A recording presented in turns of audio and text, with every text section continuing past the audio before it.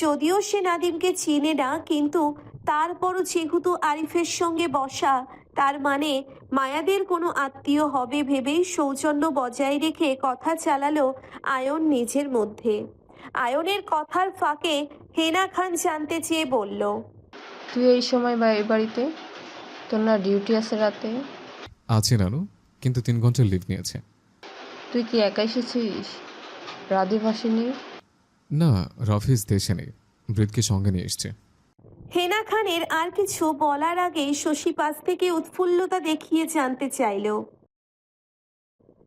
Ion এক পলক মায়াকে দেখল, বেশ স্বাভাবিকভাবেই খাচ্ছে। শশী যে হৃদের কথা জানতে চাইছে আয়নের কাছে, সেটা নিয়ে কোনো ভাবান্তর দেখা গেল না মায়ার মধ্যে। আয়ন বুঝতে পারল মায়া এখনো হৃদের সঙ্গে বৈবাহিক সম্পর্কে অবগত নয়।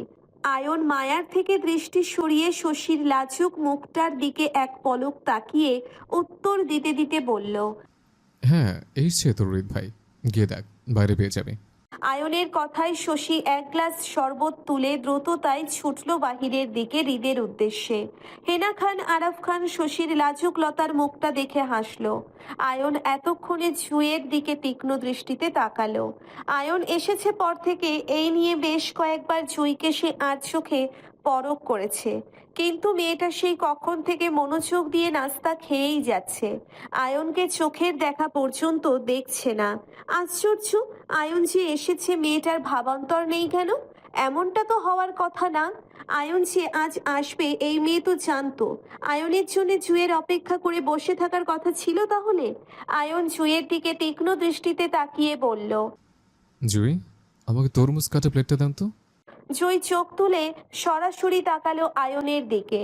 লোকটার উপস্থিত সে দেখেছিল, কিন্তু তেমন পাত্তা দেওয়ার মতন কিছু হয়নি বলে নিজের নাস্তা শেষ করছে।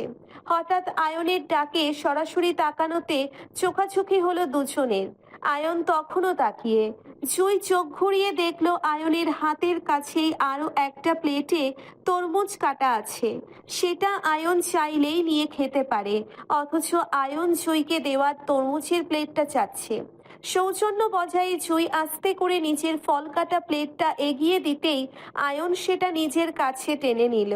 কাটা চামচ লাগিয়ে মুখে তুলতে তুলতে আবারও জুঁইকে বলল, জুই, আমাকে আমার প্লেটটা দেন। জুঁই এইবারও সাথে সাথে আয়নকে আমের প্লেট এগিয়ে দিল। আয়ন সেটা নিতে আবারও বলল। পানি গ্লাসটা দেন। জুঁই এবার তীক্ষ্ণ দৃষ্টিতে আয়নের দিকে তাকিয়ে পানির গ্লাসটা এগিয়ে দিল। লোকটার সাথে জুঁইয়ের যতবার দেখা হয় ততবারই জুঁইকে দিয়ে সে নিজের কাজ করায়, কিন্তু কেন সেটা জানে না জুঁই। বাড়িতে আসা মেহমানকে দিয়ে যে কাজ করানো যায় সেটা আয়নকে না দেখলে হয়তো জুঁই জানতো না। অয়ন জুঁইয়ের থেকে পানির গ্লাসটা নিতে নিতে সবার অগোচরে জুঁইকে একটা চোখ মারল। আয়নের হঠাৎ কাণ্ড হতবুদ্ধি হয়ে বসে রইল জুঁই। এই লোক হঠাৎ জুঁইকে চোখ মারল কেন জানা নেই জুঁইয়ের, শুধু স্তব্ধ নির্বাক হয়ে বসা রইল। তবে জুঁইয়ের মনটা বেশ পুড়ছে রাদিফের জন্য। ঢাকা আসার আগেই রাদিফের সঙ্গে জুঁইয়ের কথা হয়েছিল। এই রাদিফ বলেছিল আজ খানবাড়িতে আসবে জুঁইয়ের সঙ্গে দেখা করতে। জুঁই যেন অপেক্ষা করে বসে থাকে তার জন্য, আর সেই থেকে জুঁই রাদিফের জন্য অপেক্ষা করে বসে আছে। তাহলে এখন রাদিফ দেশের বাহিরে থাকে কিভাবে? কিছুক্ষণ আগেও তো দুজনের কথা হয়েছিল। রাদীপ জুঁইকে বলেছিল সে রাস্তার জ্যামে বসে আছে, তবে অল্প কিছুক্ষণের মধ্যে চলে আসবে। এখন জুঁইকে অপেক্ষা করিয়ে রাদীপ আসলো না, উল্টে আয়নের মুখে শুনতে হচ্ছে রাদীপ দেশে নেই। সকলের খাওয়া দাওয়ার মধ্যে হৃদ মেইন দরজা দিয়ে খানবাড়ির ড্রয়িং রুমে প্রবেশ করতে করতে বেখেয়ালি চোখ পড়ল ডাইনিংয়ে। সেখান থেকে বেশ কথাবার্তা আর হাসাহাসির শব্দ আসছে। হৃদ প্রথমে গম্ভীর আর স্বাভাবিক ন্যায় তাকালেও কয়েক সেকেন্ডের মধ্যে ভ্রুর কুঁচকে গেল মায়ার পাশে অপরিচিত ছেলে নাদিমকে বসে থাকতে দেখে। যদিও নাদিম বা মায়ার মধ্যে তেমন কোনো কথাবার্তা হচ্ছিল না, তারপরও মায়ার পাশে নাদিমের বসার বিষয়টি পছন্দ হয়নি তার। ড্রয়িং রুমে ডাইনিং এর স্পেস বড়, মায়া অন্য কোনো একটা খালি চেয়ারে বসলেই হতো, কিন্তু তা না করে অপরিচিত ছেলে পাশাপাশি বসাটা হৃদের অপছন্দের কারণ হলো। হৃদ সেদিকে তীক্ষ্ণ দৃষ্টিতে তাকাতেই ডাইনিং থেকে হেনা খান হৃদের দিকে এগিয়ে আসতে আসতে ডাকলো হৃদকে। হৃদ সরু চোখে তাকালো হেনা খানের ব্যস্ত পথ চলার দিকে, তারপর চোখ ঘুরালো পুনরায় মায়ার দিকে। হেনা খানের ডাকে উপস্থিত ডাইনিং টেবিলের সকলে ঘাড় ঘুরিয়ে ততক্ষণে হৃদের দিকে তাকিয়েছে। মায়াও হেনা খানের ডাকে চমকে উঠে তৎক্ষণাৎ পিছনে ঘুরে তাকাতেই চোখাচোখি হলো হৃদের সাথে। মায়া ভয়ার্থ দৃষ্টি হৃদ থেকে নামিয়ে নিতে গিয়ে চোখ পড়ল হৃদের পাশাপাশি দাঁড়িয়ে থাকা শশীর দিকে। তারপর তাকালো শশীর হাতে থাকা খালি শরবতের গ্লাসটার দিকে। হৃদ শশীর দেওয়া শরবতটুকু পান করেছে সেটা বুঝতে পেরে মায়া কি মনে করে আবারও হৃদের দিকে তাকালে পুনরায় চোখাচোখি হলো দুজনের। হৃদ তখন থেকেই ভ্রু কুঁচকে চেয়ে আছে মায়ার দিকে। আর হৃদের চেয়ে থাকার কারণ হলো মায়ার পাশে বসে থাকা নাদিম। নাদিম মায়ার দিকে আম কাটা ফলের প্লেটটা এগিয়ে দিচ্ছে মায়ার অগোচরে খাওয়ার জন্য, কিন্তু মায়ার পিছন মুড়ে হৃদের দিকে তাকিয়ে থাকার জন্যে হয়তো সেটা লক্ষ্য করেনি, কিন্তু হৃদের বাজ পাখির নজরে সেটা মুহূর্তেই ধরা পড়ল। মায়া হঠাৎ করেই কেন জানি আরো একবার পরখ করলো হৃদকে, তাও মনোযোগ দিয়ে। হৃদকে বড্ড ক্লান্ত দেখালো, চোখে মুখে বেশ ক্লান্তির ছাপ, কিন্তু তারপরও মুডি হৃদ খানের অ্যাটিটিউড কমলো না। গায়ের কোট বাম হাতের ভাঁজে ফেলে ডান হাতটা ডান পকেটে গুজে মায়ার দিকে চেয়ে আছে বাজ পাখির দৃষ্টিতে, যেন চোখ দিয়ে গুলি করবে মায়াকে।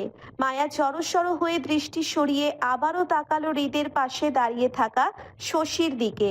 হৃদ আর শশীকে পাশাপাশি সুন্দর লাগছে, দুজনের হাইটে হাইটে মিলে যাচ্ছে।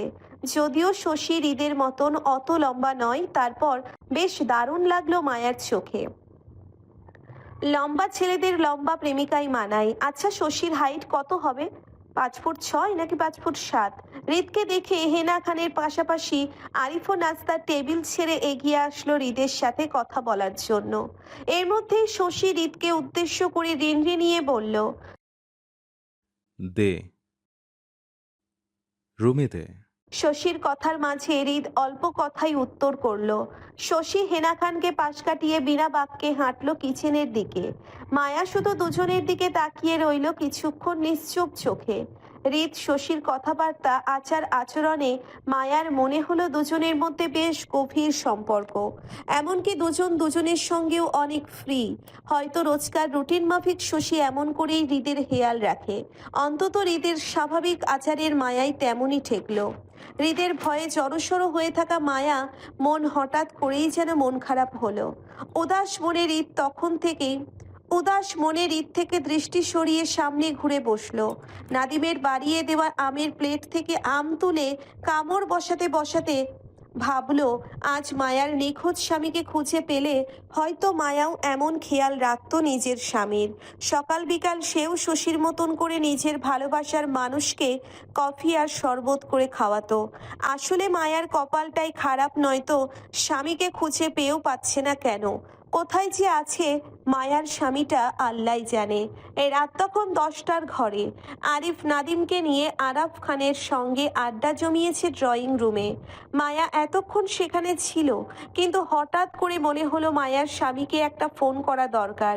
সেজন্য হাতের ফোনটা নিয়ে আস্তে করে উঠে এসে বসলো খানবাড়ির বাগানের ভিতর থাকা জায়গায় করডা লাইটিং এর কারণে রাতের অন্ধকার ভাবটা তেমন বোঝা যায় না। বেশ উজ্জ্বল আলোয় দিনের মতোই লাগছে পরিবেশটা। চারপাশে বেশ বডিগার্ডে দাঁড়িয়ে থাকতে দেখলো মায়া বন্দুক হাতে।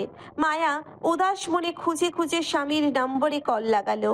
যদিও মায়া জানে লোকটা ওর ফোন রিসিভ করবে না, তারপরও মায়া রোজ করে লোকটাকে কল দেয়। মান অভিমান কতদিন ধরে থাকবে লোকটা মায়ার উপর? মান অভিমান কতদিন করে থাকবে লোকটার মায়ার উপর? একদিন না একদিন ঠিকই ভেঙে যাবে। মায়ার চেয়ারে বসে ফোনটা টেবিলের উপর রাখলো। এক গালে হাত রেখে ফোনের উপর ঝুঁকে মনোযোগ সহকারে তাকিয়ে রইল স্ক্রিনের ডায়ালকৃত নাম্বারের দিকে। সেখানে হৃদের নাম্বারের রিং হচ্ছে, কিন্তু কোনো রেসপন্স নেই। মায়ার মনোযোগে হঠাৎ বিঘ্ন ঘটে কারো উপস্থিতিতে টের পেয়ে। চোখ তুলে উপরে তাকাতে তাকাতে সেই ব্যক্তিটা ধূপ করে মায়ার মুখোমুখি একটা চেয়ার টেনে বসে পড়ল।